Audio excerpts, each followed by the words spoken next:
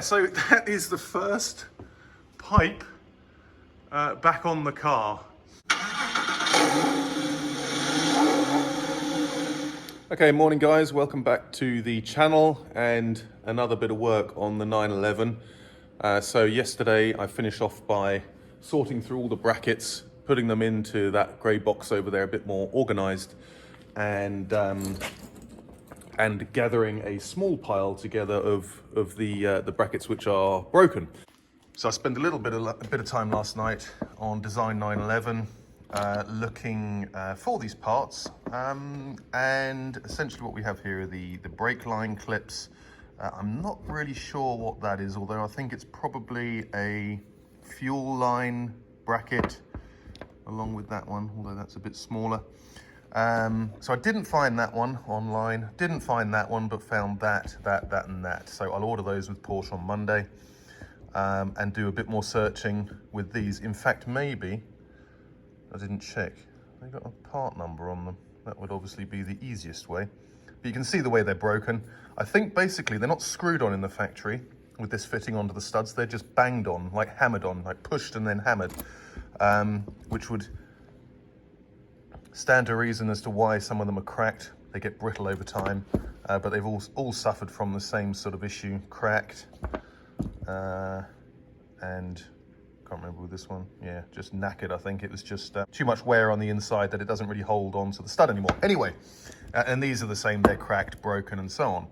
Yeah, here, look, you see that? That's quite a typical, if the camera would focus, typical bit of damage there on that bracket. Anyway, so what I'm going to do today, I am going to get the car up in the air, search through the pipes again on the top of those shelves over there, and find the fuel lines, clean them up, and start fitting them to the car. And just to give you a quick temperature reading, 0 degrees. So yet again, it's freezing in the garage.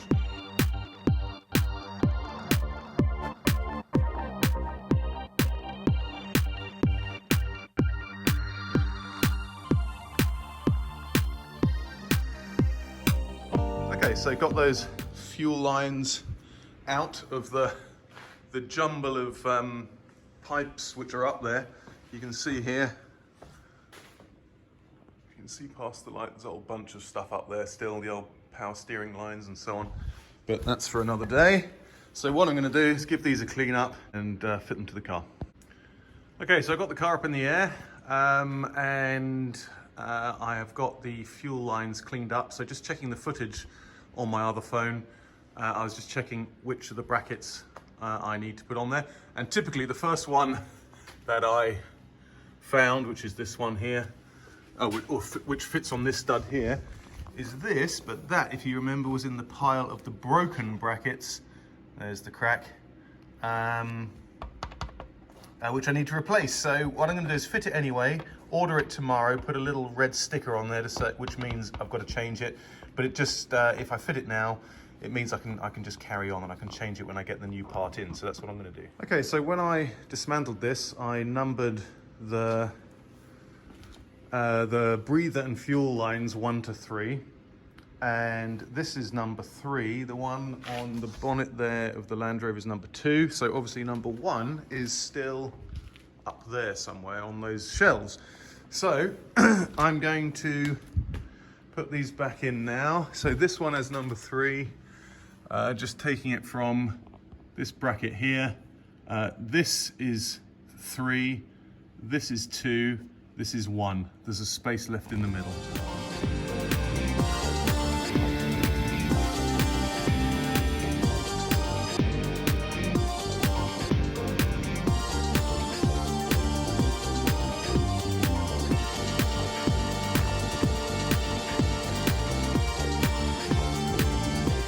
Okay, so you would have seen from the time lapse there, it's a bit tricky with one person, and I use these bungee cords there to sort of hang it up on one end and then start clipping it in on the other. But as you can see, it's gone in pretty well. Oh, missed one there I've just seen, but it's just hanging in place at the moment. What I did realize when I started clipping it on is that this goes through here, because this pipe goes to the bottom of the carbon canister.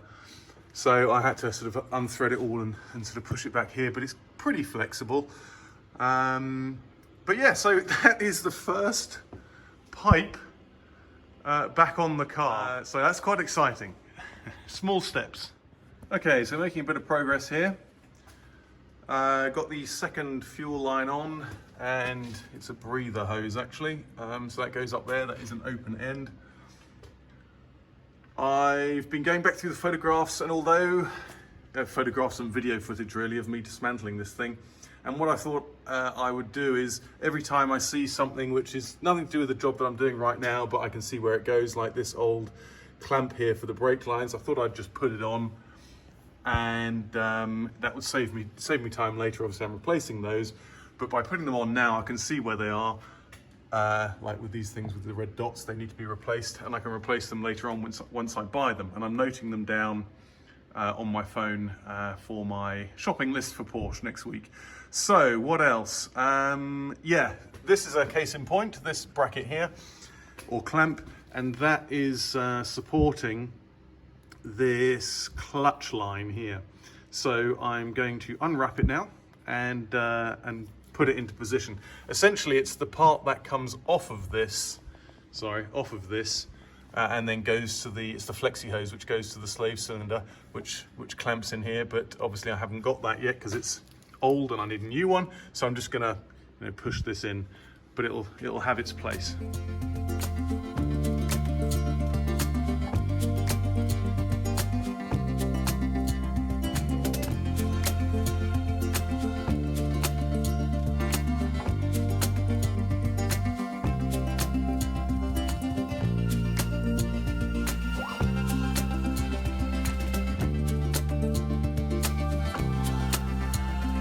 Okay, so wrapping that clutch line in tape was a pretty bad idea, to be honest, because it took forever to get off.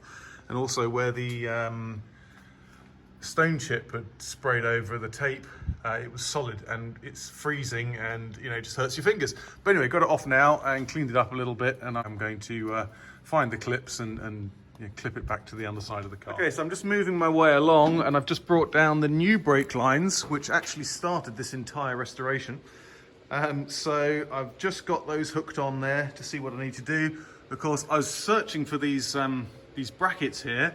I thought, God, where the hell are they? And I looked up there and realized that they were still on the brake line. So what I'm going to do is, I'm just heating some water up now. I'm going to wash those down, the brackets, clean them up a bit. And in the meantime, while the water's boiling, I'm going to clean up this union for the brake lines, which actually goes just under there.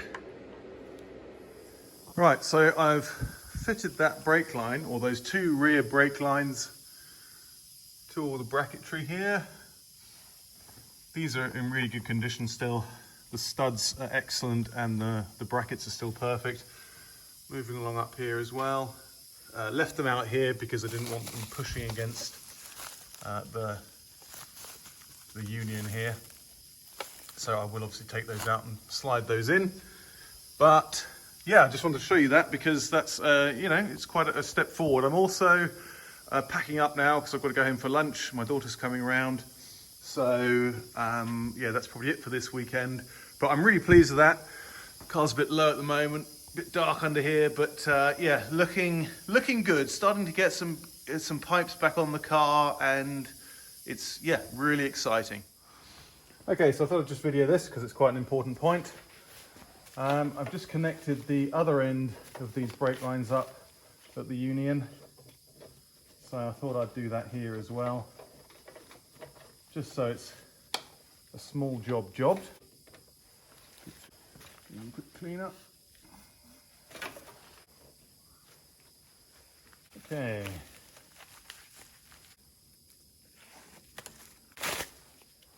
So what does that say?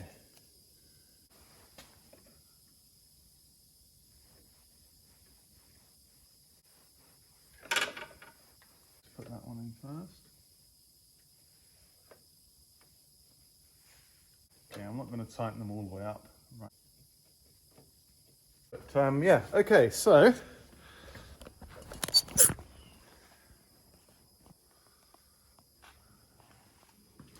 first brake lines being installed. These are the new ones. I want to get some wax on there as well, or something. I know they've got the coating, but I think it's still going to be better. I've put some grease in the joints here, because this is where the moisture gets in, and this is where they start to rust or corrode in here. So I'd like to get some wax on all those lines. Let me show you underneath. And here we are, that's the junction underneath. Oh, get some better light on it. Yeah, there we go. Brake line's running along there nicely. Right, that's definitely it now. I'll see you next time.